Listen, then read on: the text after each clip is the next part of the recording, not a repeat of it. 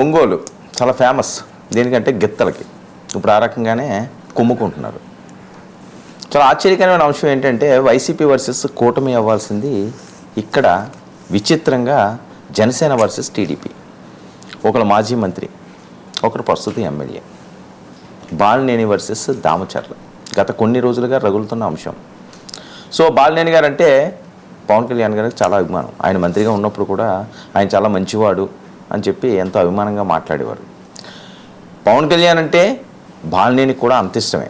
జగన్మోహన్ రెడ్డి గారితో బంధుత్వం ఉన్నప్పటికీ కూడా మరి ఈయన భావజాలం అంటే ఇష్టమో, లేకపోతే ఆయన హీరోయిజం అంటే ఇష్టమో, ఆయన ఆలోచన సరణ అంటే ఇష్టమో ఏంటో తెలియదు. ఒక్కొక్క మనిషి మీద ఒక్కొక్కరికి కొన్ని ఇష్టాలు వస్తాయి. ఎందుకు వస్తాయి, ఎలా వస్తాయి అన్నది ఆ పరిస్థితిని బట్టి ఉంటుంది, వాళ్ళ మనస్తత్వాన్ని బట్టి ఉంటుంది. చూడండి ఎంత ఆప్యాయంగా బాలినేని గారిని తీసుకురావడం. ఒక మంత్రి స్థాయి వ్యక్తిలో ఉన్న వ్యక్తికి ఇప్పటి వరకు అయితే పెద్దగా ప్రయారిటీ అయితే అక్కడ దక్కలేదు.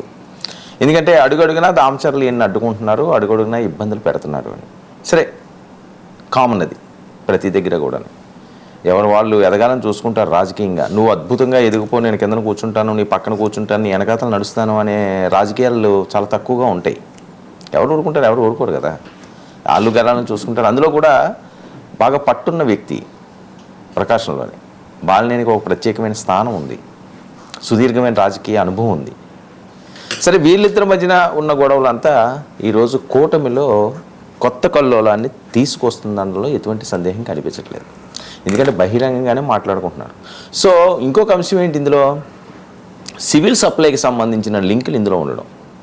158 రేషన్ షాపులు ఉంటే అందులో జనసేనకు ఒకటే ఇచ్చారట. సివిల్ సప్లై మినిస్టర్ ఎవరు? నాదెండ్ల మనోహర్ గారు. మరి అది ఎలా జరిగింది? ఒకటి ఇవ్వడం ఏంటి? ఏ రేషియో పద్ధతిలో చూసుకున్నా 30%, 20%, 15% ఆ రకంగా ఇస్తే పెద్దగా ఇబ్బంది లేకపోనేమో. ఎందుకు అలా ఇచ్చినట్టు? ఇది ఏం మెసేజ్ వెళ్తుంది? వీళ్ళిద్దరూ బహిరంగంగా ఆరోపణలు చేసుకోవడం, తిట్టుకోవడం, కనిపిస్తే కొట్టుకుంటారేమో కూడా. అలా తయారైపోయింది. ఇది మంచి సిగ్నల్లా? వీళ్ళకి మంచి సిగ్నల్లో, బ్యాడ్ సిగ్నల్లో అనేది పక్కన పెడితే, జగన్మోహన్ రెడ్డి గారికి, వైఎస్ఆర్సీపీకి మాత్రం ఇది ఒక అద్భుతమైన అస్త్రాలు మాత్రం ఇస్తున్నారనడంలో ఎటువంటి సందేహం లేదు. ఏమన్నా ఉంటే లోపల కూర్చొని మాట్లాడుకోవాలి. ఎవరైనా జనసేనలో అవనియండి, టీడీపీలో అవనియండి, లేకపోతే వైఎస్ఆర్సీపీలో అయినప్పటికీ కూడా బహిరంగంగా నేతలు ఈ రకంగా నువ్వు ఎలా దోచేస్తున్నావు, నీకు స్టేషన్ నుంచి ఎంత వస్తున్నది, లేదా అక్కడి నుంచి ఎంత వస్తున్నది అని ఈ మాటలు మాట్లాడుకోవడం ఏంటి? పెద్ద స్థాయి వ్యక్తులు. అదేం మెసేజ్ వెళ్తుంది? సో ఇది ఎక్కడితో ఆగుతుందా అంటే ఎక్కడితో ఆగే పరిస్థితి కనిపించట్లేదు. ఇది వేరే దగ్గర కూడా వ్యాపించే అవకాశం ఉంటుంది. చాలా దగ్గర ఎలాంటి లోకలోకలు ఉన్నాయి. అది బహిరంగంగా ఉన్నా సరే కూటమిగా నచ్చదు. మా దగ్గర ఏముంది, మేము అద్భుతంగా ఉన్నది. అద్భుతంగా ఉండడం అన్నది పవన్ కళ్యాణ్ గారు, చంద్రబాబు నాయుడు గారు, లోకేష్ గారు కలిసి ఉంటే అద్భుతం కాదు, అది వేరే అంశం. గ్రౌండ్ లెవెల్లో కూడా ఆ రకంగా అద్భుతంగా ఉండాల్సిన అవసరం ఉంది. ఎందుకంటే మీరు ఏదో 15 సంవత్సరాలు లేకపోతే 20 సంవత్సరాలు లేకపోతే జీవితాంతం అంతా అని మీరు భావిస్తున్నారు కాబట్టి ఆ రకంగా అడుగులు వేయాలంటే గ్రౌండ్లో కూడా ఉండాలి. లైక్ ఒక cricket team captain, vice captain అద్భుతంగా ఆడితే వర్కౌట్ అవ్వదు. మిగతా 9 మంది ఫీల్డింగ్ వేయాలి, మిగతా 9 మందిలో కొంతమంది బౌలింగ్ వేయాలి, అందరూ కలిసికట్టుగా ఆడాలి, అప్పుడు చేసి చేయాలి, విన్ వస్తుంది. అంతేగాని మేమిద్దరం సూపరు, మాకు తిరుగులేదు, మేము చాలా అద్భుతం అని చెప్పి ఏ ఇద్దరు అనుకున్నా మిగతా 9 మంది సహకరించకపోతే అది ఫెయిల్. ఏ గేమ్ అయినా సరే, అది వాలీబాల్ అవనివ్వండి, ఇంకోటి అవనివ్వండి, లేదా ఫుట్బాల్ అవనివ్వండి. సో మరి ఎందుకు ఇలాగ అవుతుంది? అసలు ఒంగోలు రాజకీయాలు ఎటువైపు వెళ్తున్నాయి? ఈ పోట్లాటలు ఏంటి? ఈ విమర్శలు ఏంటి? నేను ఒక మాట, వాళ్ళిద్దరూ ఒకరికొకరు మాట్లాడుకున్నది ఫస్ట్ నేను బయట ప్లే చేస్తాను. ప్లే చేసిన తర్వాత అప్పుడు చూద్దాం, అప్పుడు మాట్లాడదాం మళ్ళీ దీని మీద. ప్లే చేయండి అమ్మా. అది మా ఎమ్మెల్యేగా ఉన్నప్పుడు నేనంటే నమ్మరని మా అబ్బాయి మీద ఎన్ని రకాలుగా బుద్ధ చెల్లారు, ఎన్ని రకాలుగా మనుషులు పెట్టి చేశారు. ఏమి ఇప్పుడు చూపించు, ఏం చేశాడో పలాను చూపించు. నువ్వు అధికారంలో ఉన్నావు, పలాను చూపించు. నువ్వు కబ్జా చేసినవి ఎక్కడ ఏం చేసినవి మొత్తం నేను చూపిస్తా. మా అబ్బాయి ఏం చేశాడో చూపించు. నేను ప్రజలు కూడా అడుగుతున్నా, మీరు నమ్మారు అతను మాటలు, అతను కావాలని మా మాటలు చెప్పి నమ్మాను. మేము ఎంత బాధపడ్డామో మాకు తెలుసు. మా ఆస్తిని బాగొట్టుకున్నాం. చూపించండి. నా ఎలక్షన్, నేను రాజకీయం రాకముందు నా ఆస్తి ఏముందో ఇప్పుడు ఉందో ఒకసారి మొత్తం గవర్నమెంట్ ఉంది కదా, బాబు చేత మనిషి ఎంక్వైరీ పెట్టించండి. నేనేం చేశానో ఆయన ఏం చేశాడో మొత్తం చేర్చండి. దేనికని సిద్ధం. నేను అప్పుడు చెప్తున్నా, జనాలు నిన్ను చూసి భయపడేవాడు ఎవరు లేడు. నువ్వేదో కేసులు పెట్టించిన నేను చేయడం, నువ్వేం చేసేది చేసుకో. నేను ప్రజల తరఫున నిలబడతా, ఇక్కడ దేనికైనా ఉంటా, చూసుకుందాం, దేనికైనా సిద్ధమే. తను వదిలిపెట్టే ప్రసక్తి లేదు అని చెప్పేసి తను ఏం మాట్లాడుతున్నారో అతనికి అర్థం కాకుండా కూటమిలో ఉన్నాం. పవన్ కళ్యాణ్ను గౌరవిస్తా, మేము కూడా చాలా ఓపికగా ఉన్నాం. దగ్గర 90 కేసులు పెట్టి అందరినీ ఇబ్బందులు పెట్టాడు.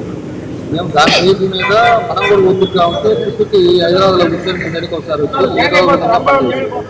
కానీ కరెక్ట్ కాదు అని చెప్పి దాని మీద మా మీద ఏదో ముద్రలు వేశాడు.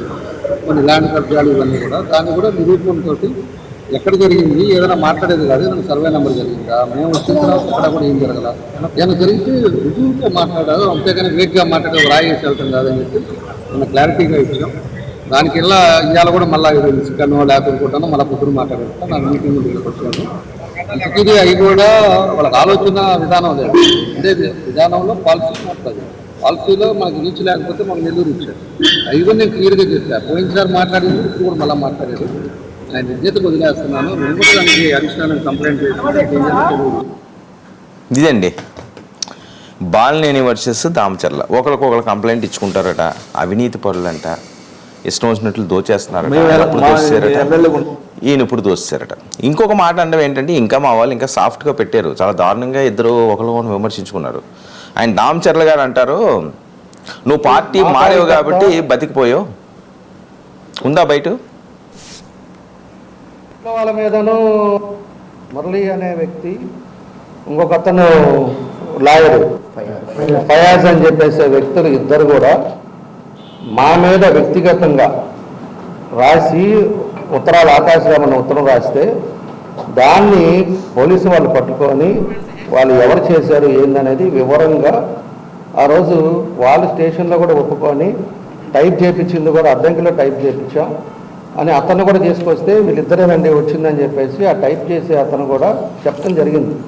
రైట్ ఓకే, నేను ఒక బయట వినిపిస్తాను ఒకసారి వినండి.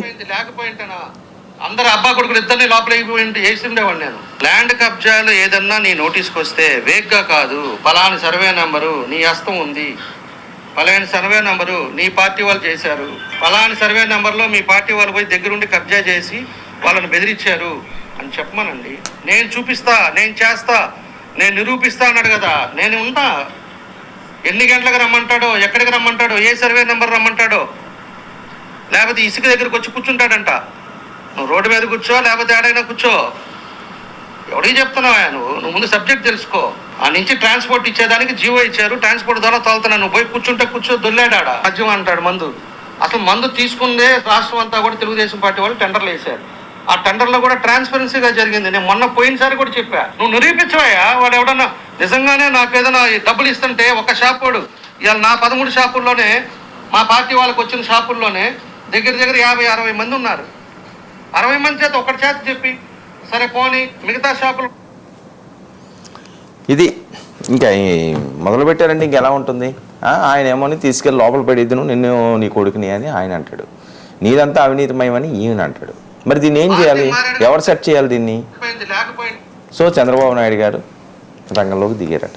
అవసరమైతే పవన్ కళ్యాణ్ గారు ఒంగోలు కూడా వెళ్ళడానికి సిద్ధంగా ఉన్నారట. ఎందుకంటే గతంలో ఎన్నికల ముందు కూడా ఒంగోలు రాజకీయాలు చాలా వేడివేడిగా ఉండే, బాలినేని సెంట్రిక్గా కూడా. ఎందుకంటే జనసేన కార్యకర్తను అప్పుడు ఏదో కొట్టడమనో ఏదో రాయపాటి అన్న అంశం కూడా ఏదో వచ్చింది, అప్పుడు ఏదో పెద్ద కలకలం అయ్యింది.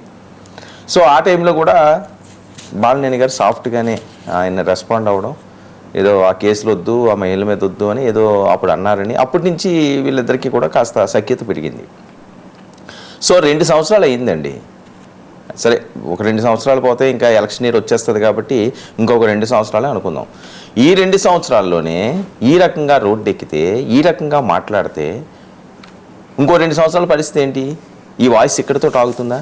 ఈ ప్రాంతానికే పరిమితం అవుతుందా? వేరే ప్రాంతాలకి ఇది విస్తరించదా?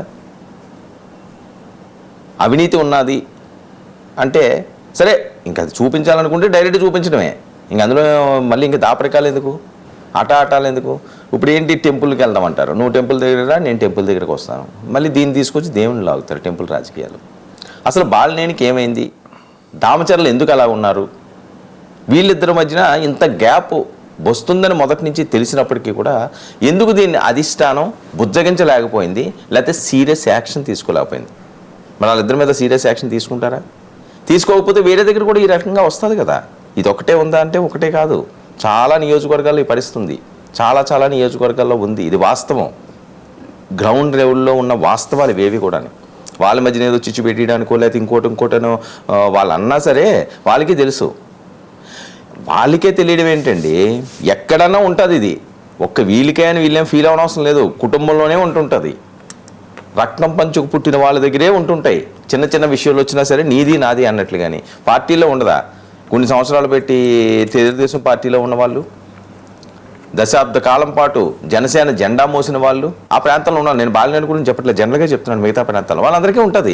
ఏంట్రా ఇన్ని రోజులు మనం కష్టపడి జెండా మోస్తే వీళ్ళు వచ్చి పెత్తనం చేస్తున్నారని. వీళ్ళకి ఎంత ఉన్నది రా అసలు ఓటు శాతం, మన మీద వీళ్ళు ఏంట్రా పెత్తనం చేస్తున్నారని వాళ్ళు అనుకుంటారు. ఇది సహజమే. ఇదేం చేయాలి? పైన అంతా బాగుంది, మేము అద్భుతంగా ఉన్నాము అని చెప్తే కింద లెవెల్లోనూ పట్టించుకోకపోతే ఇది చాప కింద నీరులాగా ప్రతి ప్రాంతానికి పాకే అవకాశం ఉంది. మరి దాన్ని సెటరేట్ చేస్తారా? దీని పర్యవసానాలు ఎలా ఉంటాయి? ఇది ఎక్కడితో ఫుల్ స్టాప్ పడతా అన్నది మరి అధిష్టానమే చూసుకోవాలి. పవన్ కళ్యాణ్ గారు అయితే దీని మీద సీరియస్గానే ఉన్నట్లు, చంద్రబాబు నాయుడు గారు కూడా సీరియస్గా ఉన్నాయి. ఇద్దరికి ఏమైనా పనిష్మెంట్ ఇద్దామా లేకపోతే ఫైనల్ వార్నింగ్ ఇచ్చి వదిలేద్దామా? అవసరమైతే ఒంగోలు వెళ్ళడానికి అక్కడ ఏదో ప్రత్యేక మీటింగ్ పెట్టి మాట్లాడడానికి కూడా సిద్ధంగా ఉన్నారు. లేదంటే ఆల్రమన్నా వస్తారు కదా, వీళ్ళే వెళ్ళనవసరం లేదు. ఏదన్నా జరగవచ్చు రాజకీయాల్లో, చూద్దాం ఏం జరుగుతుందో.